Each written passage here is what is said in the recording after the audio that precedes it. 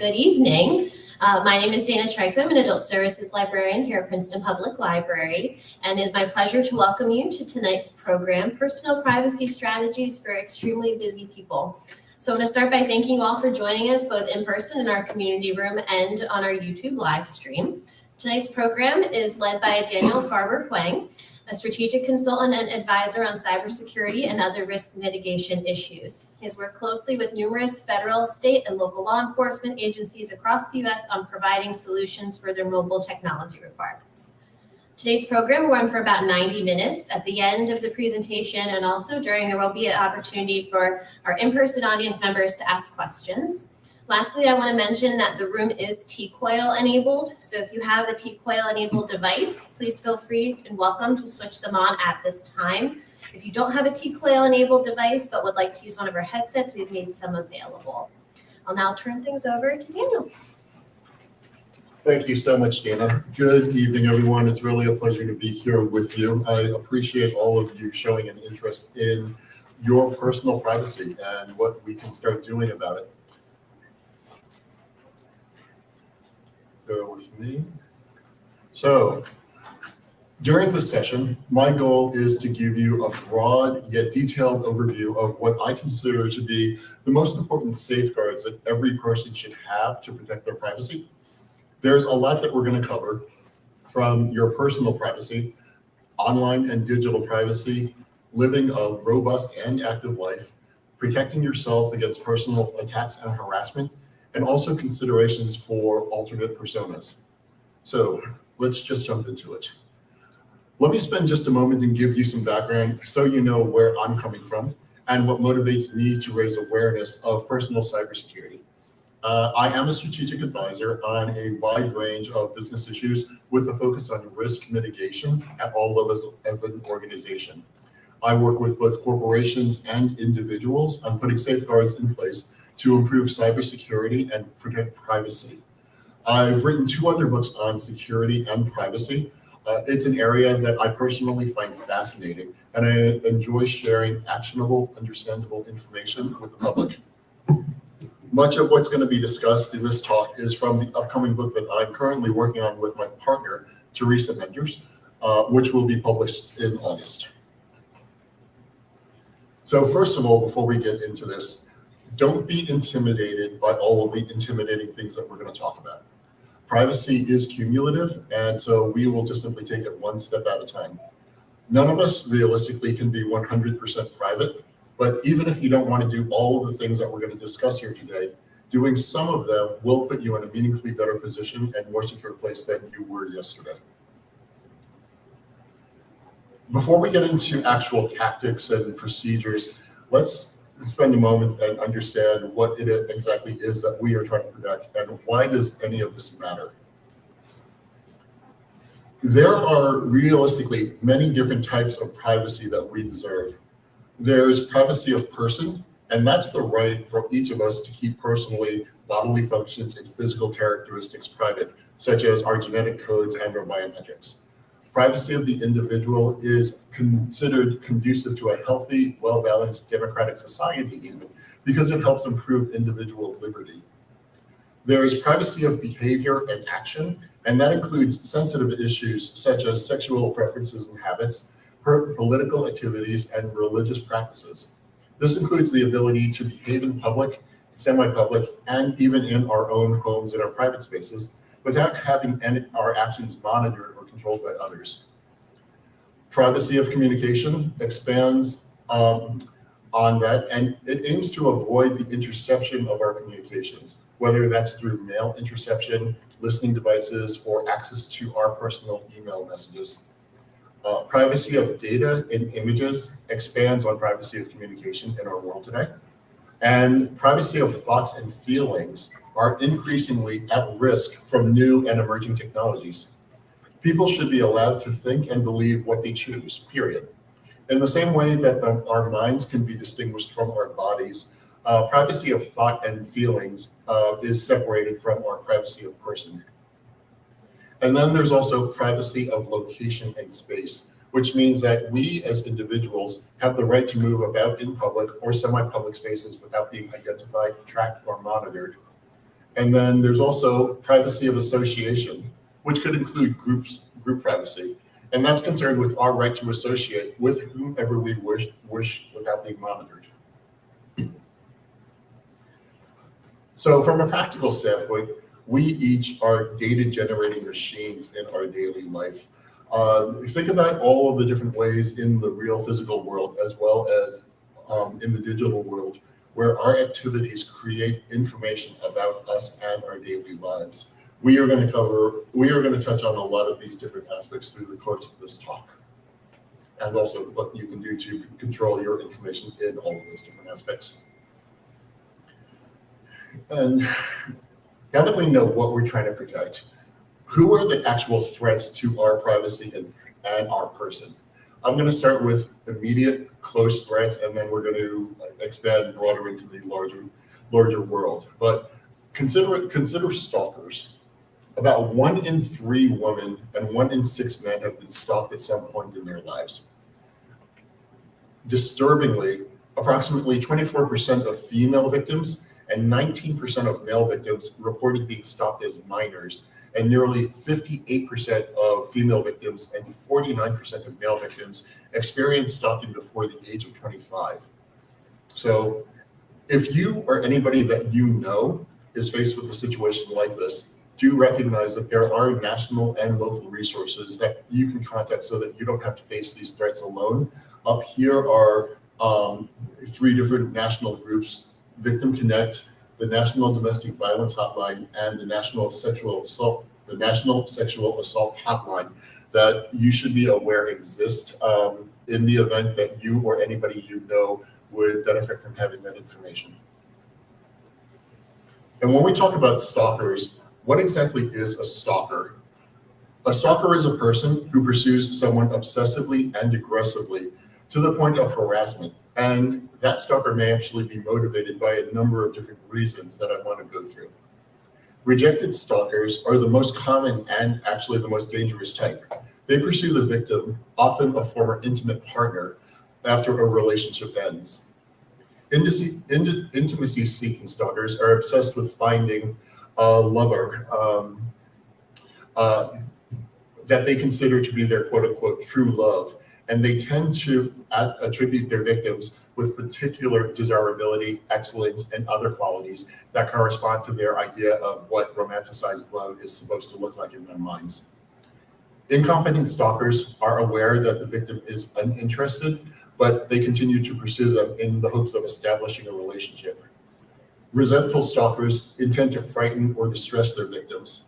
They may pursue revenge against a specific person, or they believe that the world is conspiring against them, leading them to select a victim at random. They frequently feel persecuted, and they may act with a sense of righteous indignation in pursuit of their beliefs. Resentful stalkers stalk their prey to discover his or her weaknesses and seldom issue warnings, so their victims are generally ignorant of the danger. And then there are a few more that I do want to point out. Predatory stalkers are frequently afflicted with a pattern of recurring sexual arousing mental imagery or behavior that involves unusual and especially socially unacceptable sexual practices and have a history of sexual offenses. Political stalkers are motivated by political beliefs and end up stalking people who either agree or disagree with their views. And in recent years, recreational stalkers are a category that we have seen increasing over time, where individuals or loosely coordinated groups of people on the internet choose to stalk a victim for sport. A different stalker or internet troll might have selected a victim and then broadcast a request out to their community to target the victim. And recreational stalkers may not even really care about the reason that they're given to stalk a victim. Hitmen, finally, are among the most dangerous stalkers, as they have instructions, intention, and incentive to badly injure or murder a target. And then moving outward from our closest circles, there are also other threats to our privacy that we need to be aware of. Certainly, criminals come in all shapes and sizes. They may be organized or disorganized, local or foreign, male, female, or other, young or old. You get the idea. Regarding organizations, there's a lot to unpack in this category, but simply put, organizations who may seek to intrude on your privacy may conduct one or more of these activities: gather your information, analyze it, act on it, or benefit from your information. And then government reach is wide and vast. Just simply using the United States as an example, understanding that other nations have their own interests. Basic US constitutional principles do not apply fully within an incredibly wide boundary within US borders. And more specifically, the US Customs and Border Patrol, US Customs and Border Protection specifically, which is the federal agency that's tasked with patrolling the US border and areas that function like a border, have been able to claim a territorial reach much larger than most people might imagine. So there's a federal law that says without a warrant, and that part's important, border protection agents can board vehicles and vessels and search for people without immigration documentation up to 100 miles from any boundary within the US. And that means that 2/3 of the US population, or 200 million people, reside within this expanded border region. Most of the 10 largest cities in the US, including New York, Los Angeles, and Chicago, are within that region. And Florida lies entirely within this border. So their entire operation is impacted.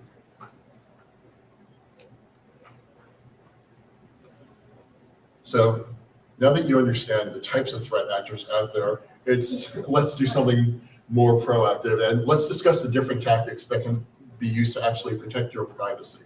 So there are a number of tactics that I want to explain, and this is the best illustration I could come up with that lays it out as cleanly as we can. Let's say that this is an ordinary person in the outside world.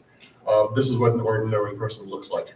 So without employing any privacy tactics, and let's say this is us, without employing any privacy tactics, you and your personal information are freely and readily available for other people or entities to observe, monitor, record, and analyze. Here are different tactics that we can use to increase our privacy. Minimization means sharing the least amount of information necessary, whether it's with friends, businesses, or the general public.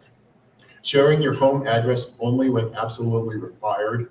You're keeping your work life and your home life separate, or not posting personal details on social media are all examples of minimization.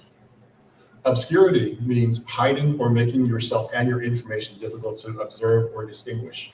So the less information that you show, the harder it is to obtain. Closing your window shades, using a VPN to hide your online activities, or even wearing a face mask outside are simple examples of obscurity. Obfuscation means making something difficult to understand by being confusing and ambiguous. So using name variations for your package deliveries, providing a fake date of birth when you're signing up for a shopper rewards club at your grocery store, or even using code words in communication are examples of obfuscation. And compartmentalization takes a little bit of work, but it is well worth the effort. By separating different aspects of your life, such as family, work, leisure, or money matters, and keeping the relevant information for each aspect contained, it's much harder for an observer or a stalker to create a complete profile of you. Having separate computers for your work and personal use is one example. Maintaining an outward public persona while keeping your private life discreet, or using different emails for specific functions are all examples of compartmentalization. Diffusion means spreading something around, such as blending in with the crowd and not making yourself distinctive. When your information is sufficiently generic and the group over which it's collected is large enough, very little information can be attributed to a single individual, which helps preserve your privacy. So going outside wearing nondescript clothing or not acting in a manner that would make you stand out, and generally keeping a low profile are all ways of diffusing your identity.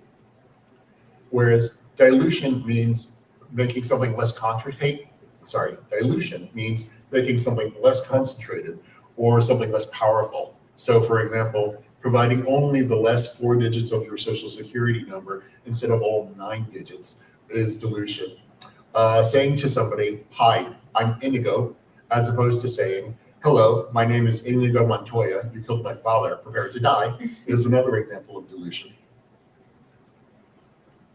I hope you all got that reference. And if you didn't, look it up. Distraction is actually different from obfuscation. So distraction seeks to divert a person's attention away from an objective by interesting them in something else. Magicians, three-card Monte street hustlers, and some politicians are adept in using distraction in their lines of work. And then there's randomness. So all people, myself included, are creatures of habit, which make us predictable and therefore easy or easier to search for and track. Using different usernames when you open your online accounts, varying your commute route to work, and otherwise training yourself to be unpredictable all introduce randomness into your routines. Now, the human element, before we get into technical or physical tools that we can start using, it is important to remember and recognize that no matter how much we put into our privacy frameworks, the human element is often the weakest link in our privacy goals. So being conscientious about what you are doing and being aware of your current environment are healthy habits to develop. And it's similar to maintaining good posture when you're walking.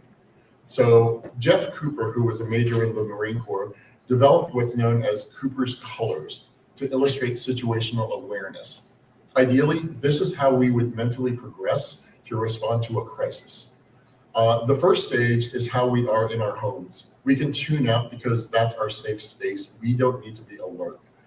Yellow is how we should be when we walk out the front door. We're still relaxed, but we're aware of our surroundings. We're not staring at our cell phones when we walk, and we do have a circle of awareness. We enter the orange zone when we observe something and think, that's strange, or we think, that's odd, or even when we see something and we think, that's interesting. We become more ready to act, and we start to consider possible reactions we might take if a threat actually emerges. And then the red zone is where action is actually required. When you're in the red zone, you are actively engaged in your response.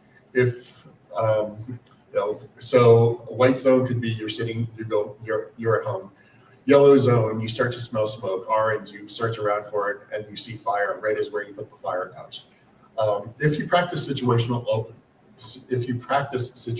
awareness, you're better prepared to respond to uncomfortable situations in a measured and controlled manner, which is represented by the green arrow progression at the top of the slide. You go from stage to stage to stage. It might only take 2 seconds to go from those stages, but if you were aware, you would go through that in a measured way, at least where it's under your control.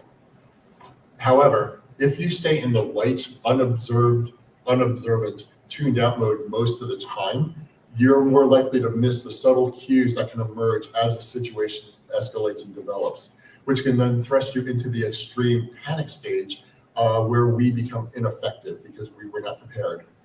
If at all possible, do not allow yourself to let this happen. And that occurs, you learn how not to let that happen by developing and improving your situational awareness over time. That is always a habit and a skill that can actually be improved in all of us. So, like with everything else in life, it's important not to get overwhelmed by what we want to accomplish. And in practical terms, the philosophy done is better than perfect applies here also when it comes to putting our privacy together. So as we go through the strategies and techniques that we're going to cover, determine what's most critical for your situation. The way that I tend to prioritize my action plans with my clients is in 3 categories. Level 1 are urgent tasks that need to be done immediately. Those are putting out the fires. Level 2 items are important, but less time sensitive to accomplish. Level 3 tasks are non-critical and are nice to do if possible, but in practice, what I've discovered is my level 3 tasks often get pushed aside as new level 1 and level 2 priorities emerge as we make progress in whatever it is we are pursuing.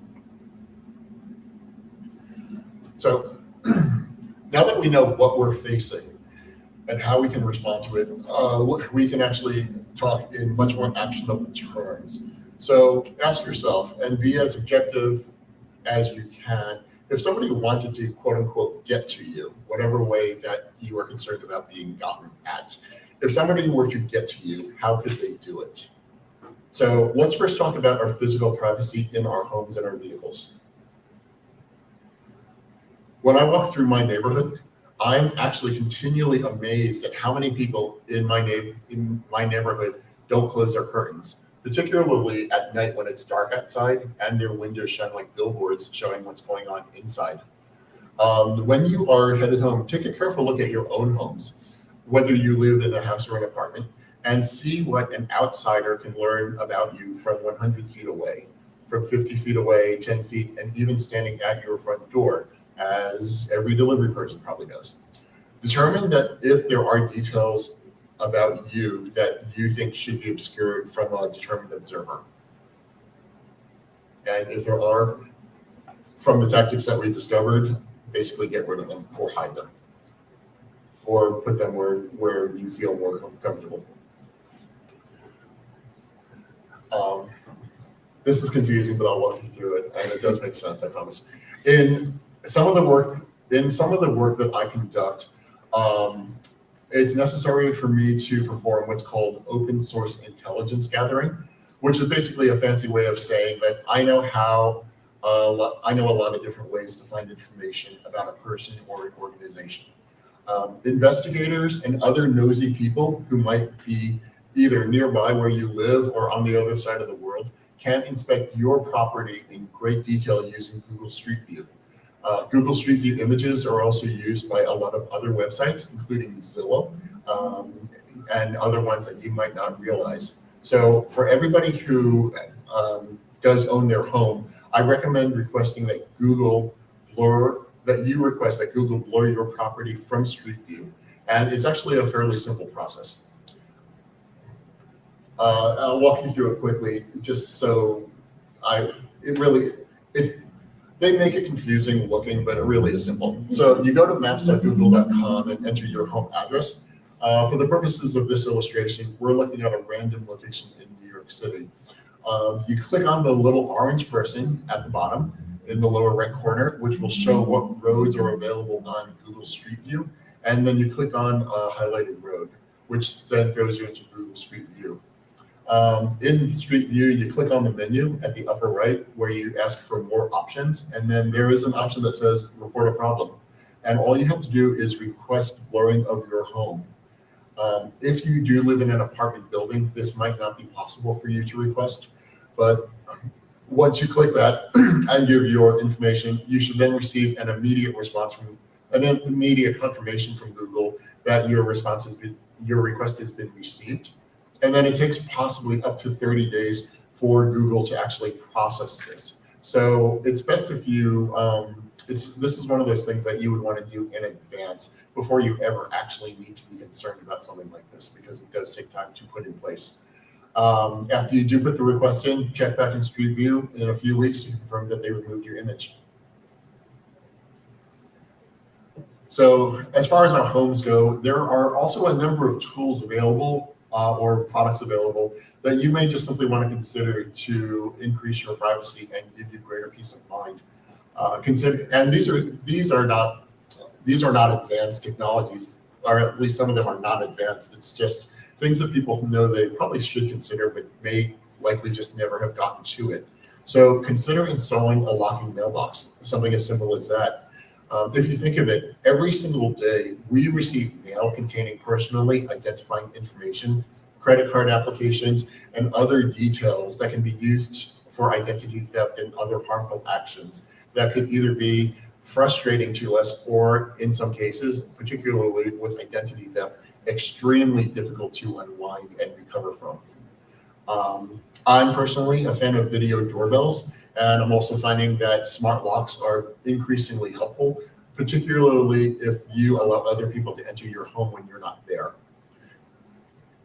Even if you don't have security cameras outside or inside your home, putting up a $10 sign saying that you do can be quite effective at keeping people from lingering around you too long. Also, this one I really like. Ensuring that your entry doors are secure can really give a greater peace of mind. I have found these particular these door latches to be very inexpensive yet highly effective in securing doors from the inside. So putting them on your entry doors all around your house, I highly recommend. Seriously, they cost about $4. Also, if you want to have a secure room inside of your home, you can also install these latches on your bedroom or bathroom door to create a safe space, if that is something that would give you greater peace of mind.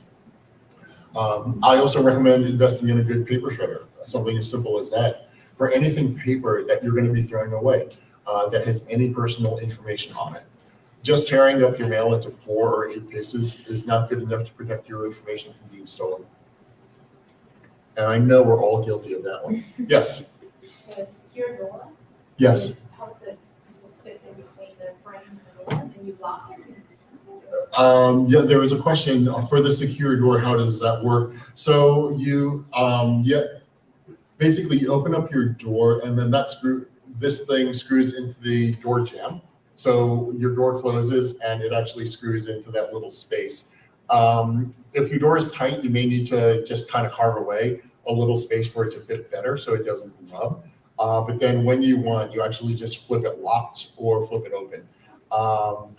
And specifically on that, some of the makers claim that they are able to withstand 800 pounds of force against it. And the manufacturers also claim like a full-size man at full force can only exert about 500 pounds kicking a door. I don't know if those numbers are right or not. However, the ones I have, most definitely have banged and pushed and forced against them, and they really are incredibly solid. Yes. It looks like what they have on the hotel doors. You have to be inside to lock it. You can't lock it from the outside. It's just like a flip. Yes. Yeah. So the question was on hotel doors. Sometimes they have similar things like that. I've never actually trusted them because I'm sure if I look it up on YouTube, somebody's going to show with the coat hanger how you can open the door a little bit and then slide it through. I'm absolutely sure. I know that with the chain hanger, I know the chain locks you can defeat with a piece of blue tape and a rubber band. So, yes. What's the name of that kind of lock? Yeah. So I bought mine on Amazon. They are, I think if you look for secure door latches, LATCHES, and probably if it popped up quickly. That's all I searched for, and then I came across these. And really, I think it was 2 for $8. It was something that was absolutely worth trying. I'm super impressed. So cut all those. And then a couple of other healthy habits that you should consider. If you can't install a locking mailbox, either now or in the future, one thing you can consider doing is signing up for the U.S. Post Office's free service that is called Informed Delivery. So it's the Informed Delivery service, and you give the post office your address and approval, and they'll actually send you a daily email with digital scans of the envelopes that are going to be sent to your home. So it gives you advance notice of what you're going to be receiving. And it's information. The more information you have about your life that you control, the better. If at some point in time you ever suspect that your mail was stolen or is being tampered with informed delivery, you can see in advance what's supposed to be delivered. So it takes about 5 minutes to sign up for. It's totally free. You never even have to look at it until you suspect something's there, but it will get to your mailbox daily. A couple of other, simple things that we should start doing if we are not doing, because these are just healthy habits, really, but they kind of make a big difference. Something as simple as before you put out your recycling, data scrub them by removing the address labels from your boxes and your other personal information. If at your curb there's always a nice steady flow of Amazon boxes, okay, that in itself can tell people what your habits are, or certainly what your budget for stuff might be. To reduce what you have to throw out, switch to paperless billing wherever possible. It also reduces how much you then have to shred. I know that from personal experience. And then If you feel your situation warrants it and you want to start obscuring your home address, you can consider opening a UPS private mailbox a few times over and then start redirecting your mail there. We will talk a little bit later about how to start removing your home address from existing data sources like data brokers. But this would be one physical way where you can actually start making it appear to the outside world, if they are searching for your information, that you actually are located at a place where you are not. And that's always a healthy thing. And then finally, if you subscribe to neighborhood chat networks like nextdoor.com, do be very cautious about the information that you might share. While some people talk about apple season and things of that nature, if you actually spent enough time there, you can pick up a lot on people's activities, whether they're comings and goings and things of that nature. And it's also very identifiable what that location is. So realistically, for nextdoor.com and other things like that, other group chats, there is no value, in my opinion, in telling strangers what you're doing, what you're thinking, or about other details of your life, just for the sake of chat. So, and then quickly, I want to touch on cars. If you read Town Topics newspaper, one of the things I'm always amazed to read is how many people have their wallets or purses stolen from their unlocked cars in their driveways. Here in Princeton or around here, there are 365,000 people living in Mercer County. I looked it up. And even though we don't have a big city feel here, there's still a lot of people that we live among. So, just being conscientious again is important for all of us. So as far as your vehicles go, regardless of the make and model of your car, I recommend removing any exterior customization where possible. Again, we want to blend in. If somebody were trying to follow me on a highway, I drove the most boring car intentionally. Also because I have kids, and so there's no point in getting a nice car, a fancy car. But my car is incredibly bland, but that's kind of by design as well. So no decals, bumper stickers, or those whimsical stick figures that tell strangers how many children you have and if you might have a guard dog at home. Remove your custom license plate holders that might have been installed by your car dealership that advertises where you bought your vehicle and also gives a clue as to the region where you might live or town where you might live. Keep the inside of your vehicle clean and empty so people looking inside your windows can't find readily visible information that might provide more details than you care to provide.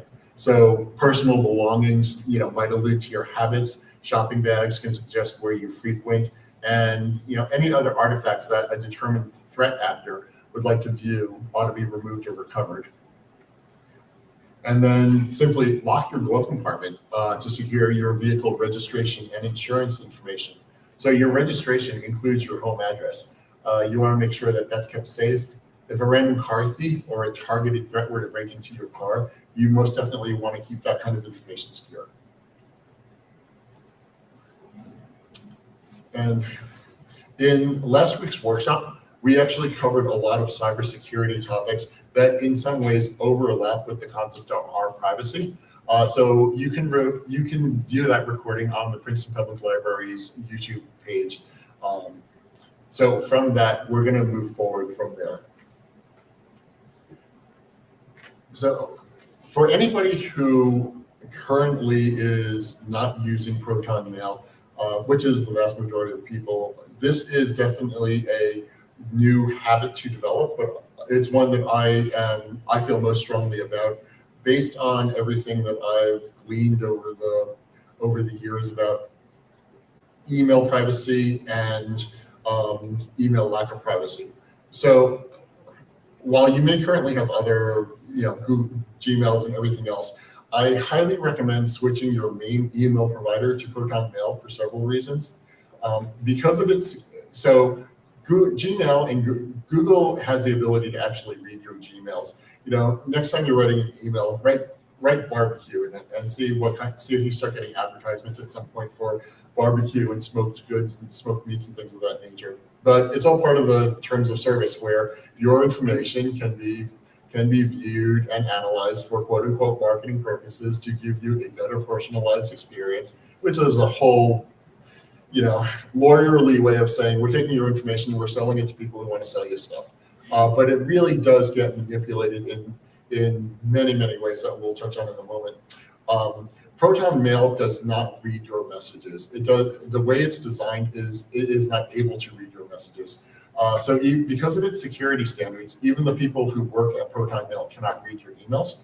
The company is also based in Switzerland, which has some of the highest and has some of the strictest privacy laws in the world. And it's also not subject to subpoenas by the US government.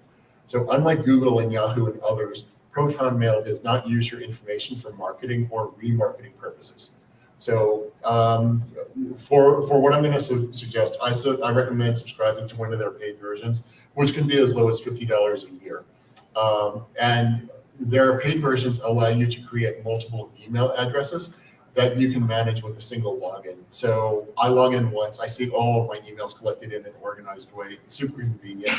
And I know that I put in the protections to compartmentalize my life. Furthermore, Proton Mail also lets you have a few different email address endings, like I chose in this example. So what I'm suggesting here is, again, we're the person at the top. Let's say the name is George Washington and that person resides in Delaware. And that person is working to compartmentalize their life between work, their private life, their money matters, their public-facing persona, and then everything else. So for their family, that refers to their family and their closest friends. Work is not their company-issued email, but the email that a person would use to give their company as their contact information. So do keep in mind, at a company, although employee data is supposed to be held privately, a lot of companies may not necessarily hold your information as securely as they are required to. And it's entirely possible that your personal, quote unquote, personal email can be obtained by other people at work. You also may need to share your information, your quote unquote personal email with work colleagues for some reason. And you don't necessarily want that overlapping into your truly personal private inbox. So a work email that you can share with people at work. And then money matters would include your finances, anything related to your personal security, your assets, liabilities, insurance, basically anything that you would want your heirs to know about if they had to look through everything of yours. Your public-facing email would be for your general friends. So it really is important to distinguish people who are going to be lifelong folks versus your thousands of other acquaintances. Shopping, travel, things like that. And then everything else would be your newsletters and just everything else that clogs up our emails. What you can do with your existing emails is have them forward to the appropriate new email that you create. And over time, you can start migrating, the people you correspond with. Oh, by the way, I changed my email. Here, you get this one, you get that one, you get that one. Nobody should ever know more than one of your emails, importantly, because you're compartmentalizing who you are to the person that there is. And the way that this is set up over here, importantly, each of these different compartments of your life have different values. Your private life, your work life, your money matters are going to be your most valuable things that you need to make sure you keep secure. Your public-facing account is going to be less secure because more people are going to have access to it. And then everything else is pretty much low value. If you needed to, you could delete that and start anew if a troll got into it and started harassing you or something of that nature. And so because of their value, you want to keep your highest value compartments as anonymous as possible. And the goal here is to prevent strangers from doing what I do sometimes, the open source intelligence gathering, simply Googling you and finding what your email is. So for private work and money matters, you give those out very, very selectively. Your public-facing one you'll use for your frequent flyer accounts and things like that, and then everything else is literally everything else. And then as you create your email addresses, this is how you start to air gap your email activity, digital life versus you as a person. You want to be able to create a separation. So, for instance, on your everything else, George Washington from Delaware, their email address for that they use for their signups can be George Washington Proton Mail. It doesn't matter if somebody finds it. If anything, you actually want them to find that, thinking that is your main email, and hopefully they stop looking after they find that. Whereas going all the way to your private work and money matters, those emails that I just chose are nonsensical and random and have nothing to do with the person. And that's by design. So, if somebody asks me what's my private email, I'll give it to them and they'll look at me and they'll think, why? And I'll say, it just is. But there's a reason for that. If anybody Googled any of those, they should not be able to connect it back to me and vice versa. And so therefore, if anybody, it basically creates separation. It creates a moat around you from people that you don't know being able to get closer and closer to you. So your first moat is the everything else email address, and let people stop there thinking, because why wouldn't that be your email? So again, social engineering is, and human nature are the weakest links. These are ways to try to manage that. So a couple of other things that I do want to touch on. Data brokers are companies that collect your personal information from different sources. They analyze your information, repackage it, and then sell it again. So data brokers actually can sell very detailed profiles with more than enough information to link sensitive data to real people, even if they don't include your name. Very often they may provide enough information that anybody who obtains that information can do a little bit more research and identify who that quote unquote anonymized report is about. They are incredibly invasive into every aspect of our life. And so, for example, on how much information is out there, this was Europe is much more thorough in protecting our information than the United States is. There was a study that was done to see how invasive are the apps on our phone. And one example that came up was there is a makeup app called Perfect 365. That's a virtual makeup thing. And it shares its user information with 70 different third parties. And that's how that app makes its money. So when you think of it, with entire industries that exist to mine and manipulate our perspectives, is there any wonder why people develop self-image issues? When there are 70 companies that are buying the information on the single app that you use, and they buy it because they're looking for a way to take that information and turn it profitable. On a more personal note, on a more personal level, loan stalkers can even pay a data broker, and there are many of these kind of brokers, just a few dollars and receive a detailed profile, including your home address, name of your relatives, your employment, date of birth, and other invasive information. So I'm not a fan of data brokers. I recommend and so along with more email accounts, this is actually one of the first things I recommend people do, because this can actually take months or weeks or months to actually get traction and start working. This is a representative list of data brokers that I have encountered. There are 50 of them listed here. There are many more, but these are probably the 50 largest. You can actually go to each of these sites individually and request to opt out of their databases. It does take time, no question about it. It's time consuming and cumbersome. Some of them intentionally make it extremely difficult to find, just like some places don't make their unsubscribe like as small as possible. There is, however, a paid service called Delete Me that can remove your information from about 40 of these sites, and then you can manually do it from the others. Removing your information from data brokers is a crucial step in protecting yourself from potential harassers, both online as well as those who might spill over into the real world. So it does take weeks or months for some of these companies to respond, and that's why looking at doing this task is something that is highly advised as early as possible. Mine actually took about a year until I felt comfortable that I was not that easy to search. So I want you all to repeat after me. Facebook is not your friend. 1, 2, I want you to all say it. 1, 2, 3. Facebook is not your friend. And so in the best case, by the way, that was really weak, everyone. At least remember the message, okay? In the best case, stop using most of it, if at all possible.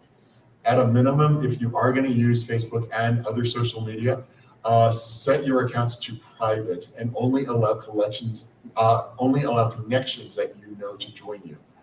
And if for your work you must be public, you can continue using your existing account for your public-facing persona, but then you may want to consider creating a second super private account where you can share that account with your closest friends and family, basically the people in your first email compartmentalized box that we were discussing. And it's important, if you're going to do that with separate public and private accounts on any social media, that you don't cross-contaminate them by allowing any follower to follow both of your accounts. Trolls and harassers very often will look into a target's connections and try to draw other threads of connections and information. Having somebody who is in both of your accounts basically neutralizes any benefit of having what was supposed to be a private account. Also, very often when you create a new account somewhere, you'll be offered the convenience of using your existing Google or Facebook account to log in. That's actually not for your benefit. It's basically so that Google and Facebook can monitor your activities even more than they already are through cross collection of information. So always create separate accounts. Don't click the convenient thing because it just opens up the door for much more monitoring for you. Yes, did you have a question? Okay, so I want to talk about living our life. So I know that there is, when you think about extreme privacy, you think about the people that, sometimes the trope is people living off the grid, not particularly out there in society, things of that nature. That's not us. And I don't even think that trope, well, it's a trope, it's not true. But it's important that all of us are able to exercise as much right and freedom as we so choose to do. So I want to talk about things that we should be aware of about living our life. First, let's talk about creating extreme privacy when it comes to medical and health considerations. So over the years, more and more groups are finding that their civil liberties are at risk, under attack, or being formally taken away. Furthermore, there's an emergence of bounty programs or vigilante lawsuits that are encouraging members of the public to report people who may either receive healthcare services, provide services, or somehow assist in obtaining services. And that places target populations at even greater risk of persecution. And when I say targeted, I'm referring to anything that an antagonist might use when you try to build a case or claim, when they try to build a case or a claim against you to prosecute or to persecute you. So if you're going to be researching healthcare options and you want to have privacy, I highly recommend always using a VPN or virtual private network to connect to the internet. So before connecting to a potentially targeted healthcare related website or search, mask your computer or phone's IP address with a VPN. In a worst case scenario, a search warrant placed on your internet provider, browser provider, or search provider, or even the healthcare providers themselves may force those touch points to disclose the IP addresses of users and visitors. A VPN will mask what yours was. Similarly, use a private browser and private search engine. And on this slide, these are recommendations that you can consider using that will get the job done of what I'm discussing. If anybody ever has questions on extreme medical privacy, you know my name. Believe it or not, you can Google me, and you can contact me through my website as well. I'm always happy to answer questions in this regard. If you know anybody who has questions, please feel free to connect me as well. So use a private browser and a private search engine, one that does not track or record your online activity. Do not use Chrome as a browser and do not use Google to search. On PCs, you can use Brave, Firefox, or Edge browsers. And on Apple devices, use Safari.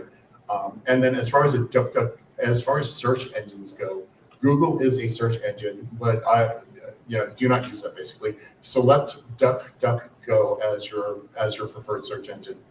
And importantly, if you're ever browsing, do not rely on incognito or private mode on your browsers for true privacy. Those only hide your activity on your actual computer. So basically they hide it from your spouse or anybody else that has access to your computer. It does not hide your activity from the Googles of the world.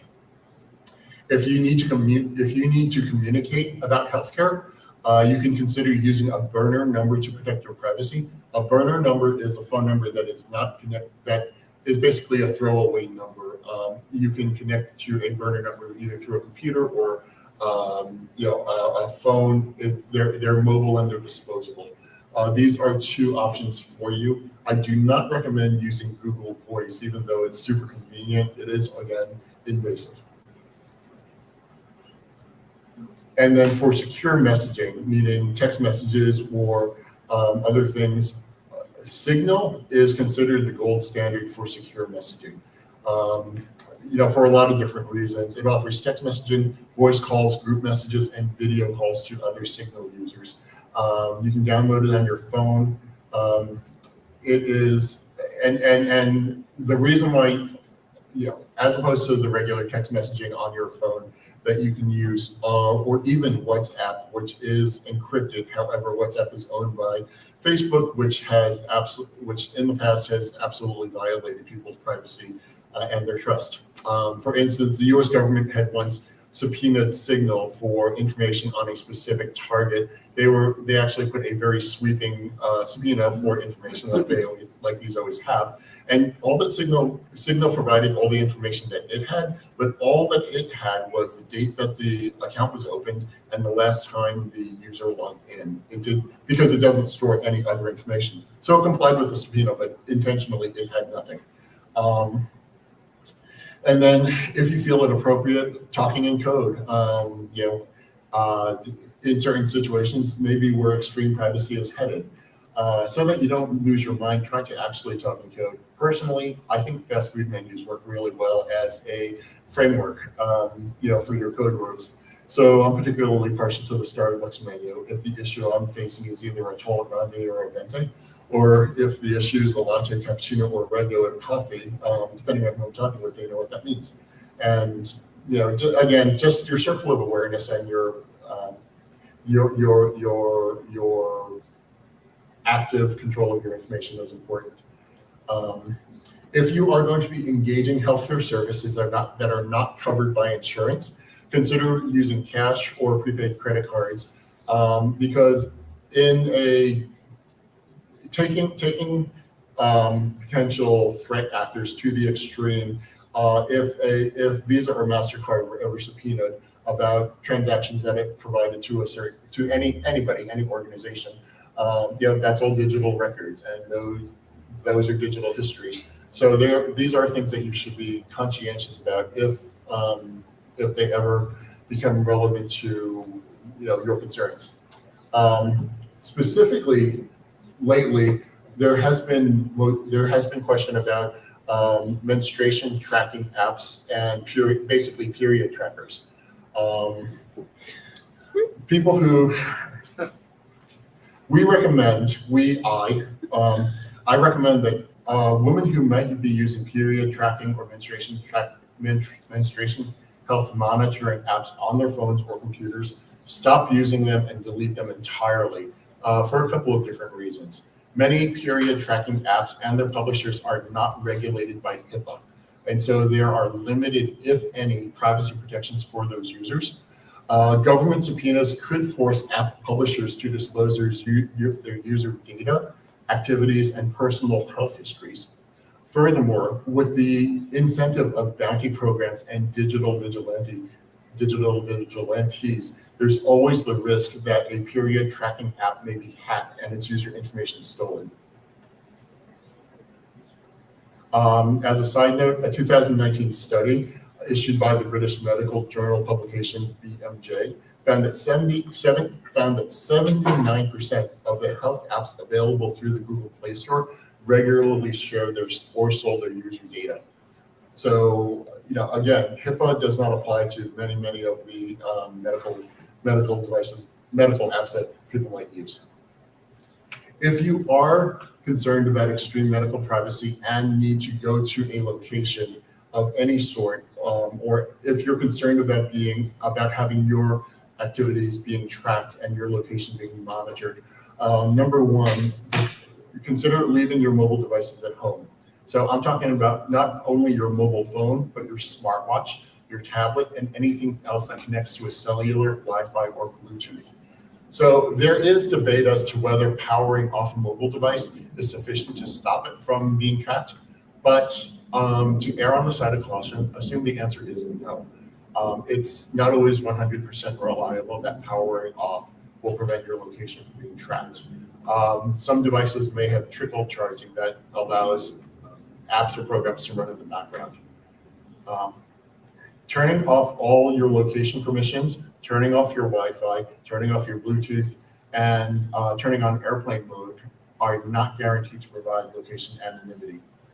And furthermore, be aware that your vehicle may also be identified through its onboard services that connect to Wi-Fi or Bluetooth, whether it's OnStar or your Spotify.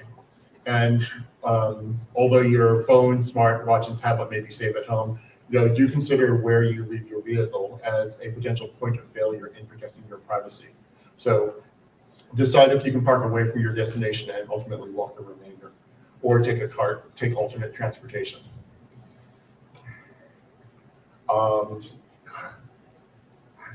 One thing to consider is beware of fake cellular, Wi-Fi, or Bluetooth sources that are established to simply record the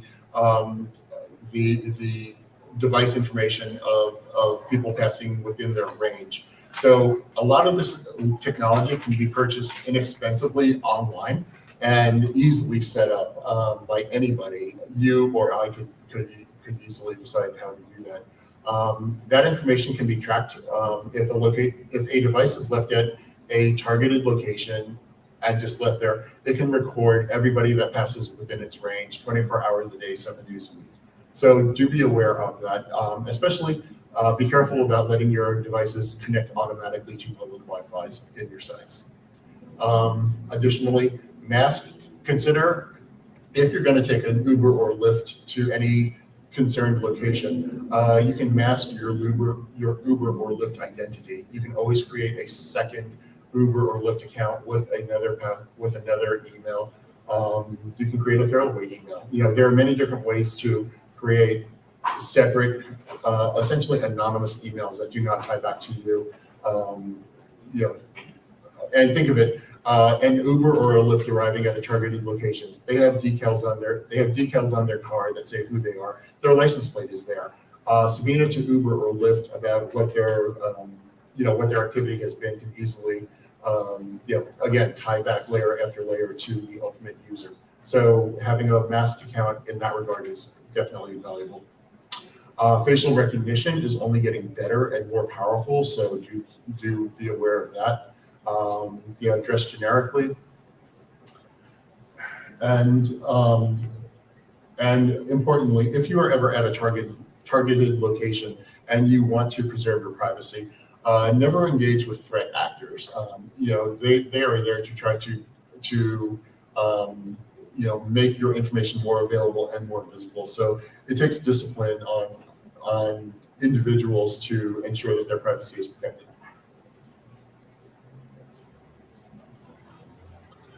So one thing that we should all consider, especially if we have family or loved ones that we want to protect, is basically creating a secret proof of ID. So I know that sounds extreme, but if you want to read a really interesting article, look up the Business Insider story at the top of the slide. It's about a scam to extort ransom for a kidnapping that never happened. And what made it particularly horrifying to me was the family that's interviewed in this article actually lives here in Princeton.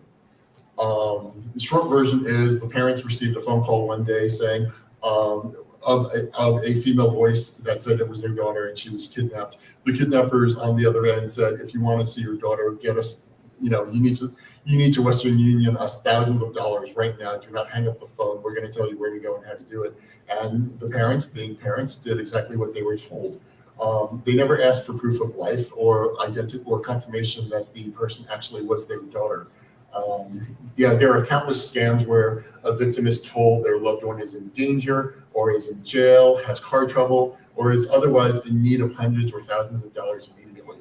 One nuance that scammers tend to use on grandparents, pretending to be a grandchild calling, is saying, Grandpa, I'm in jail, I need bail money, please don't tell Dad.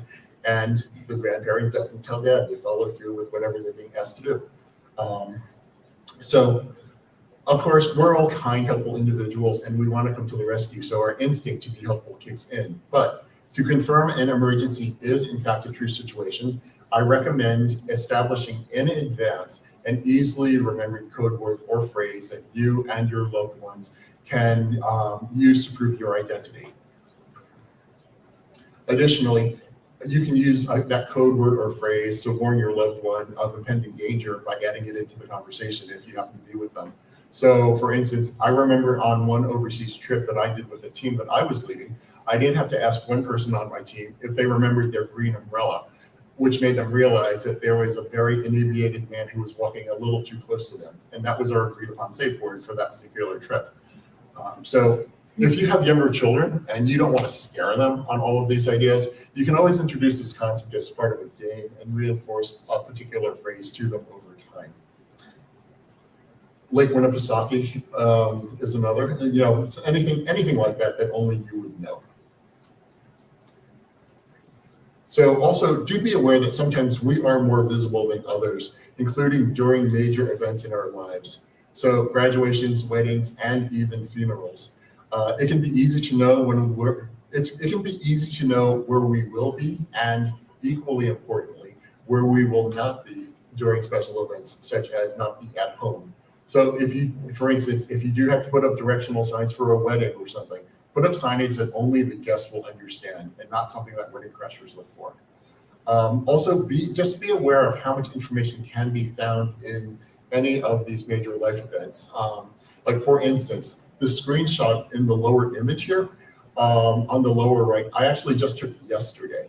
I went to a popular houseware store's website and clicked on the registry tab, and they allowed visitors to search for registries using only the minimum of a first initial for a first name, and then the first two letters for a last name. I decided to search California for weddings in 2022 and came up with these three registries. I redacted the full names of the people registered, but I had the two people getting married. I know the date, I know the state. Only one of the lists was made private, as you can see by the little lock on the blue icon. But regardless of it being locked, because I wasn't going to buy them anything, I was able to see who's getting married to whom, when, and where. So I could easily get more specifics if I just did a little bit more searching on social media of the event. I could probably find their home addresses, which tells me when they won't be there, and the countless other details, including which family and friends are going to be attending this wedding on the day I know. So I would be, if I wanted to cause mayhem, like a threat actor would be able to, just by starting here, it can lead you. Imagine how many places this can lead, for you to be able to target a particular date when a whole lot of people are not going to be paying attention to what they usually do. So from a timing standpoint, it's 7:05. I'm very happy to be able to answer any questions that people might have. If you would like to, if there's anything that you would like to raise, otherwise, please. Let me pause here, and if you don't, I can share some more information as well. But if anybody does have questions you would like to touch on, I'm happy to elaborate. Yes. You mentioned the compartmentalization of email addresses, but I think most importantly, this service is tracking you via your phone number, which has to be a unique person. Is there any way for you to compartmentalize the contact having similar idea? Multiple phone numbers that are linked. Okay, so the question was, Compartmentalizing email, this gentleman thought was the most brilliant idea he's heard. So thank you for that. Yeah. And can you also do that with phone numbers? And the answer is yes, absolutely. So for instance, the burner number that I had mentioned before, either through those two apps, I'm sure there is a premium version that can provide you with multiple phone numbers, or there are other burner numbers or other privacy apps that you can subscribe to that will also give you, that will also generate new numbers for you. Does it work both ways when they call in as well? Yes, yeah. You give the number out, they call you back, and it will ring on your. If you put the app on your phone, it will ring on your phone, so you don't need to buy a new device, and you can use that same app to call out. So some of them, there are ones where you can have multiple profiles. Right now I'm particularly partial to using Blur, and I'm testing out other ones as well.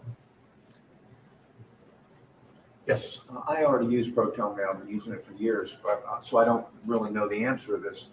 But I used to use Yahoo and Hushmail, but they used to ask me for my phone number when I would sign up for an account. I'd make up all these names, but I had to give a phone number, and that clearly identifies me. So I used various friends' phone numbers and sort of rerouted everything. But does Proton Mail do that now, or is it still? Can I still get additional addresses without having them send me a confirmation email to my phone and then typing? They do not require a phone number. Still, yeah. excellent. Yeah, so it's Because that identifies you. That's correct. Yeah. Sorry. Yes, sir. I have two questions related to what you said. One of them is you mentioned how to get into, let's say, healthcare things with VPN or whatever it's called. Right? And what I'm asking is, should I still do that with my own profile, which is provided in a separate, sort of portal by a major hospital? Yes, and the reason is because the question is, while yes, using a VPN to go to targeted healthcare sites is absolutely recommended.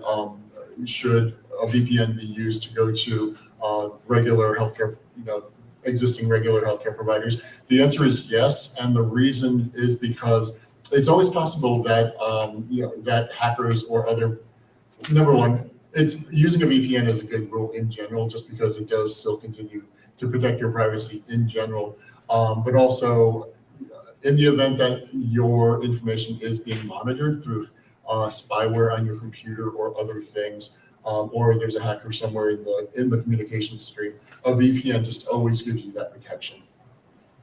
It's like rolling up your windows during a rainstorm in your car or something. And the second one is related to that, but in the world of words and text.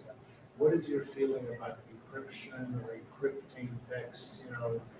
I often send totally innocuous, but still foreign language messages back and forth.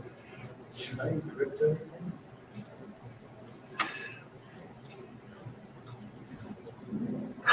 For it to be truly safe, you would need to have encryption on both sides, you as sender and then the person receiving it. So if you are ever doing anything that does require confidence and confidentiality, so for instance, a lot of journalists use Signal when they're speaking with their sources or their, with their newspapers. When you do truly need to have something that is kept in confidence, then yes. For your general things, if you could convince all of your friends to use Signal, that would be the ideal thing. But short of that, if it's just what would be considered regular, ordinary communication, reality is that we would, you can just text them. 1 second, yes, sir.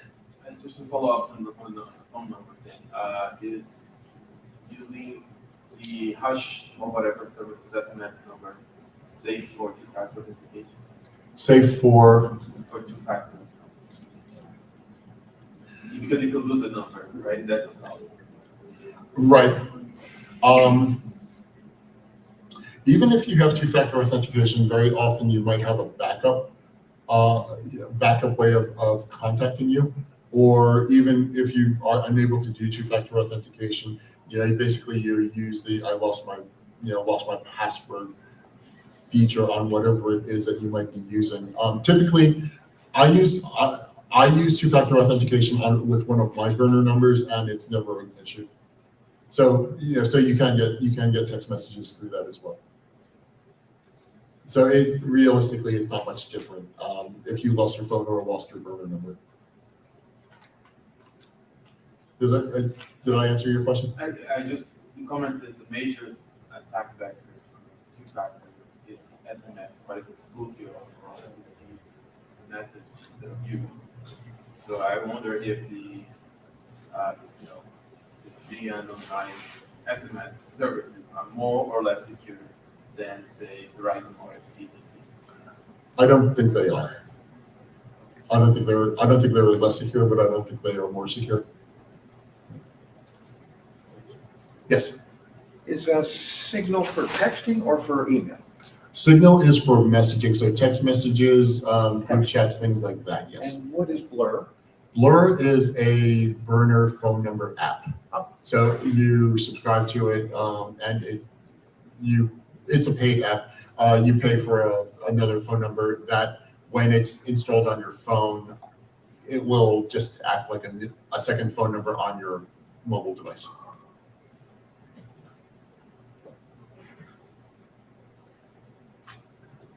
So do you feel better or worse now that we've spoken for a little while? Well, I'm trying to figure out how I will have time for the rest of my life. It's a marathon. It's baby steps. A little bit at a time. So, and some of these things take a long time to actually get done. So, I think developing the mindset is first and foremost. Just even how we go about our days outside of our computers and just in the real world. How clean or how sloppy are we being?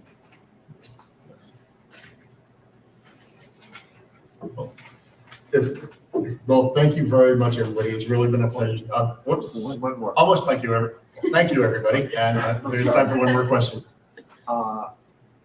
You said earlier, avoid facial recognition. I couldn't agree more, but how do we avoid facial recognition when you can't walk from here to Nassau Street without at least 30 cameras recording it? The face masks nowadays, as long as face masks are around, that helps a little bit. But, it's twofold. There's facial recognition, but then if anybody were determined enough because you did something, quote unquote, bad enough that it warranted the investigation, the clues that we give through our clothes and our appearance and everything else,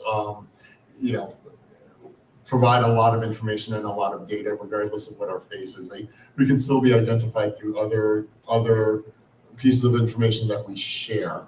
So, I think you just need to be very conscientious of where you are, what you're doing, why you're doing it, and where it falls in societal norms of acceptance. How's that? That's my way of saying, are you doing something legal or illegal? That's going to warrant attention to you. So, again, thank you very much, everybody. It's really been a pleasure being able to share this information. It's important information, in my opinion, and I really hope as many people start to weave this into just their daily or their regular habits, and again, put the control back in our hands about what we want to share with people. So thank you very much. Thank you. And thank you, everybody, for coming.